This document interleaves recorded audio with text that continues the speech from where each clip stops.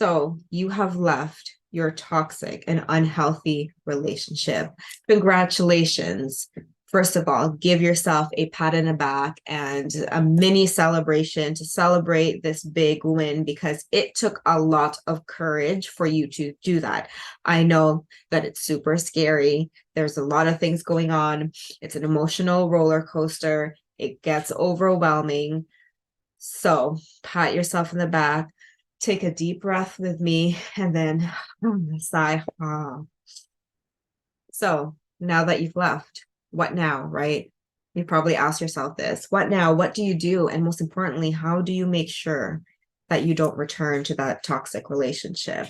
Because I can tell that it's probably not the first time you left, right? So how do you make sure that you don't come back to that unhappy relationship and try again? Well, in this video, I will be giving you questions to ask yourself so that you can gain the clarity and put yourself first, start falling in love with yourself again, and ensure that your worthiness is all the way up here, your self-esteem and confidence is all the way up here, so that you no longer are a match for that unhealthy relationship, which is all the way down here. So one of the reasons why people tend to go back to an unhealthy relationship isn't because they're dumb. Please do not think that you are. There's a lot going on, right? Logically, you know that it's best for you to leave, right? Logically and intellectually, you know that the relationship is not good for you. So this is not a matter of intelligence. What this is a matter of dealing with the emotions and the attachment you have with that old partner. As humans, we attach to other people emotionally. This is how we bond. This is what bonding is, right? And as humans, we cannot live without other humans because this is how we evolved, right? We evolved to be social beings.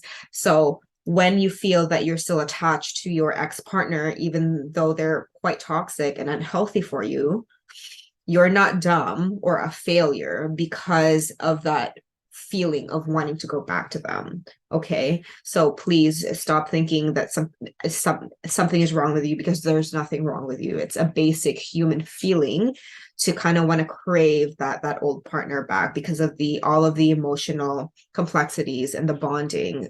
People call it trauma bonding, right? But what it really is that you still have an emotional attachment to that person. So the best thing that you can do for yourself right now is to really learn how to regulate your emotions at this time. Learn how to regulate your nervous system and allow yourself to feel safe. It's one of the things. So how can you do that? The most simple thing is to make sure that you have a mindfulness practice that works well for you. And what does that mean? A mindfulness practice are practices in which you anchor yourself back to the present moment, because what happens during this time after you've left is your mind will start playing out memories from the past, right? That's just how it processes things. That's just how it deals with the separation, with the detachment. It plays kind of tricks with you sometimes, right? And so when your brain is doing this, that's what it does. It's a mechanism that is normal from the grief of leaving someone that you've been together with, no matter what the circumstances of the relationship were. So just allow yourself to understand this foundationally so that you don't beat yourself up, because that's the last thing you want to do, right? And mindfulness practices are pretty much practices where you can do something to anchor you down into the present moment, instead of your mind going back to the past or worrying about the future and thinking of things like, oh my God, it's quite terrible that I saw myself living with this person for the rest of my life and dying with them, and now that's no longer happening. It's these two things where we live in the past, and then we we grieve, or we grieve the what could have been. Those are the things that really is what, like, one of the biggest things that causes people to go back, because they attach too much to the past and not look at the present reality of the toxic relationship, or they fantasize and idealize and romanticize the future, even though at the present moment it's not very aligned. Like the relationship is incredibly unhealthy for them, that the future that they're idealizing is not even possible based on what is happening right now. So having a mindfulness practice is truly important for you in creating that safety within you, so that your body goes, okay, I don't need to run away from that saber-toothed tiger that's around the corner. There's no tiger. Like, you're living at the present moment. And that is really one of the best things that you can do for yourself. Do this as part of your routine. And really, it could be just as simple as noticing each and every breath in your body and taking the time to take deep breaths. It doesn't have to take a long time every day. I know we don't have time, right? I don't have to have time, but listen, there's around 1,400 minutes in a day. Assuming a third of that is for sleeping, you still have 1,000 minutes per day. You have a few minutes to ground down and anchor yourself down, right? And this is for you. You are doing this for yourself. So take a deep breath. Remind yourself that you are living right here in this moment in time. And the best thing you can do is through breath and looking at the present moment and noticing what is in your environment right now. Whenever your brain goes to the past, to that ex-partner, or when your brain sort of worries about the future by yourself, that's also one of the reasons, worrying about a future by yourself, or it starts to idealize what could have been, right? Also, one of the things that I want to address is this feeling of hope that the ex-partner is going to change, right? Maybe you're just going to separate for a little bit, maybe for a month, maybe 3 months, see how it goes. Maybe they will change, and maybe they will start acting the way or behaving in a way that is that focuses on you again, right? It's that, again, the idealization that happens in our minds, and expecting the other person to change for you. Truth is, you cannot change other people, period, right? You may be able to influence them, but you cannot change them. So this is where you get to be really honest with yourself. If you've already left once, and maybe you have, did anything change? What changed? And be honest with yourself, right? And did it really change? Look at the cold, hard facts that are in front of you. That's why the mindfulness practice that I said earlier is very important, because you actually get to write down or think about what the reality is. Because when you can see the reality, once you can compare from the past, if you've already left and then they said that they were going to change, did they? Because if they did, you wouldn't have left again, right? And if they did change, why did you leave this time, right? What made you leave this time? And you're not going to like this, but this is the cold hard truth, right? Think about it this way. If you are someone who left a relationship, why did you leave, right? Answer it. Why did you leave?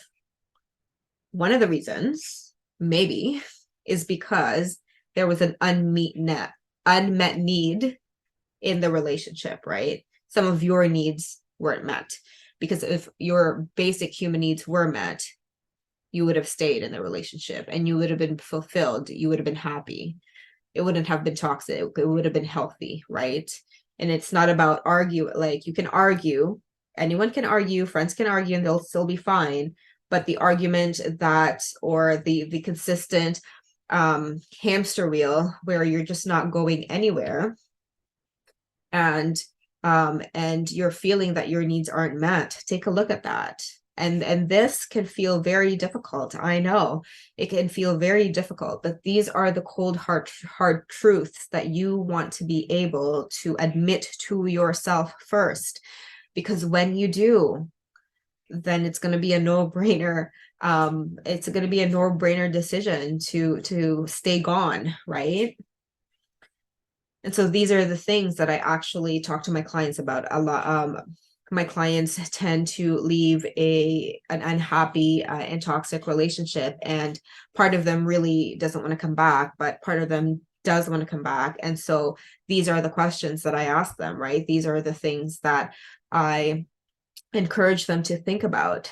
I encourage them to think about the reality of what it is now, and also help them with, the excuses they make for why they need to go back. And a lot of their excuses are valid, right? It's very scary to leave. It's very scary to be alone. As humans, we don't like being alone, but it is through asking yourself these questions and looking at the true reality that'll actually set you free.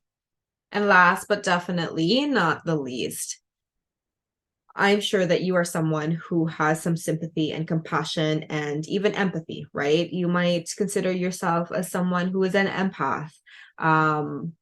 And when you leave a toxic relationship, part of you will think, right? Part of you thinks that if you come back, maybe that, that ex-partner is going to give you the same sympathy and compassion for the wrongdoings that they did to you, right?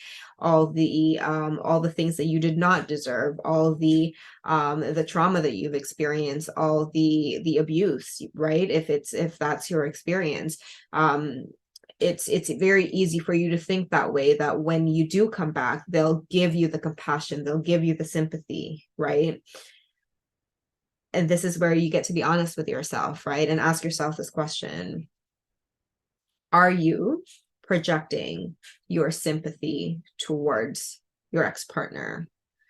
Meaning, are you assuming that they're going to act like you because you are someone who is compassionate and sympathetic and empathetic, and you just assume that people will have the same trait? And if that's a yes, then you have to be honest with yourself, right? You get to be honest with yourself and say, do they have this capacity? Do they have this capacity to change? Is there any evidence in the past that they could? Has there any work been done on their end to prove to you that they have changed? Or is it just, crocodile tears? Is it just all words, no action, right? Actions speak louder than words. This is where you get to look at if their actions actually align with what they say. Because people can say a lot of shit, right? People can say that they're going to change, but they don't. So it's you just being honest with yourself and your ability to tell yourself that, are you just projecting your sympathy, or are they actually able to change for you? If there is, then that's good, right? That's something you can look at. If not, then listen, you've made the decision, right? You made the decision intuitively. You know that was the right choice. Can you trust your gut with this? Can you trust your intuition? Because it's not that you don't know. It's that, in the past, you've probably just ignored the red flags. So are you going to keep ignoring it? Are you going to choose your happiness? Are you going to choose your fulfillment? Are you going to choose to put yourself first this time? So I know that was intense. That was a lot of questions for you to consider, but I really, really do hope that helps, because I do have compassion for you, right? I know that this is not an easy time for you. So, but when you're able to actually ask yourself that question, you will stay gone, because if you come back, there is a chance that you may not leave, right? So be able to be honest with yourself with doing this, right? Answer these questions, and you may need to come back to these questions, because these questions are intense. And they don't feel good when you see yourself in the mirror, right? So allow yourself to be honest with yourself. And if you have any questions, let me know in the comments below, and I will see you soon.